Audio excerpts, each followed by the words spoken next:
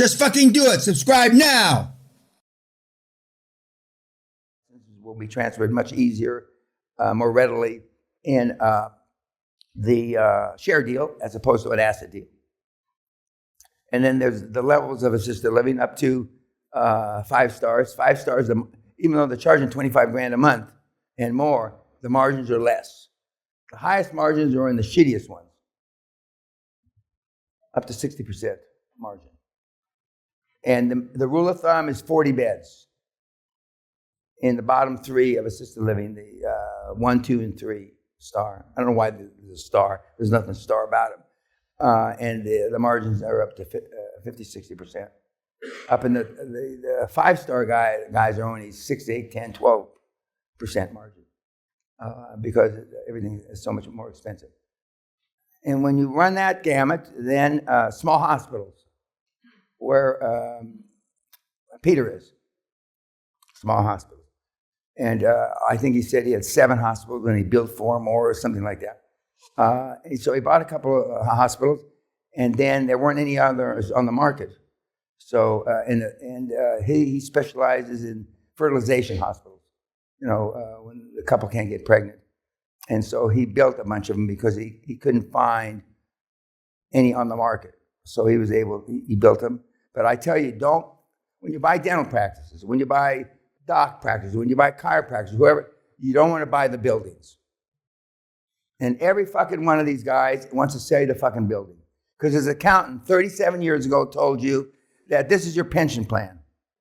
This building is going to be what you retire on. That's fine, except he's not going to retire off you. You keep the building. I'll take an option for 5 or 7 years that I'll buy your building at fair market value. And that's a big fight right there. I'm not going to, but I'll buy the building from you. I have an option to buy it in 3 years, 5 years, 7 years. Because the debt service associated with the additional 1 or 2 million euros or pounds or dollars that the building is worth will not be covered by cash flow. Not possible. And they won't hear that. They don't want to hear that. But it's the truth. But now like Andres has gotten 40 acquisitions. We built up a lot of equity, and so now he's looking at small hospitals. And then you buy small hospitals that lead to medium-sized hospitals that lead to big hospitals. And then when you go through that gamut, you've got enough equity that somebody way before that will have offered to buy you a private equity, and or your bank has seen your tremendous growth and your success, and you're not defaulting on loans. They'll offer you a line of credit, as Jason Nagy just alluded to, where they doubled his line of credit. And when you've gone through that, which Peter had, then they offer you a fund. Like Peter's working on €1 billion fund right now. And then you exit anywhere in between. Peter, as he's already told you, I know he's had 3 partial exits, 3. And he's living, like King Farouk, a skinny King Farouk. And he's in his 3rd house, and he lives on a fucking lake like a Nazi. And that's the cycle in healthcare. And if you do everything right, which you're not, 30 to 36 months from beginning to exit. Where do pharmacy come in? Pharmacy. Well, I haven't got it. Well, there's other offshoots. But the pharmacies are associated with the medicine that writing prescriptions.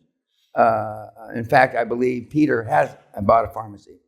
But licensing, all these things are always subject to, how our LOIs are subject to due diligence in finance? Well, these verticals in healthcare are subject to licensing and the availability of licenses. Because some areas of the world, they limit. There's a monopoly. You can only have so many pharmacies in this town. Or you can only have so many of this in this town. And so but you find that out as part of your due diligence. And your industry expert, what's the limitation on pharmacies here? Or is there a limitation? Some towns you go into, there's a pharmacy on every corner. There's obviously no limitation. Yep. that the same for mental health? Correct. Mental health has the most licenses. And now, because everybody's mentally ill, but there's a restriction on how much they can charge.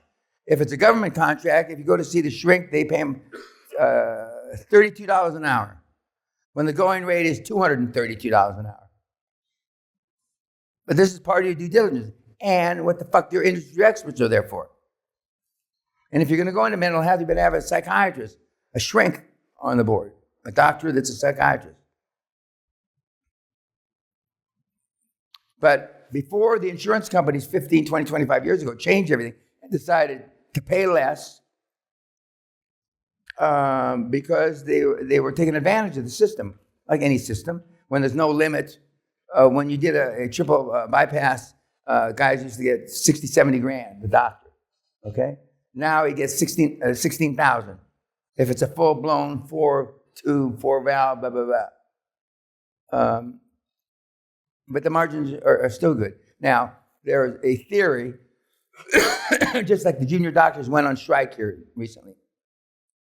They should go on strike. I mean, they only get paid like 20 grand a year. But the senior doctors, that before when you went to medical school and you got out, you were a multimillionaire in 5 years. Well, that's not the case anymore. And so some of the senior doctors, the big surgeons, the consultants, as they're called, are pissed off that they don't get 25 grand per operation now, per procedure. Whether in Bupa, which I'm insured by, cut their prices to surgeons, 25 years ago. It's not likely. It would be bad karma in the medical industry if all the big surgeons all of a sudden decided to stop accepting insurance and only accepting cash. Right now, although they have the choice, almost all of the big surgeons accept some form of insurance, not necessarily Bupa. My insurance doesn't pay as well as some of the other insurance policies. Okay, Kat.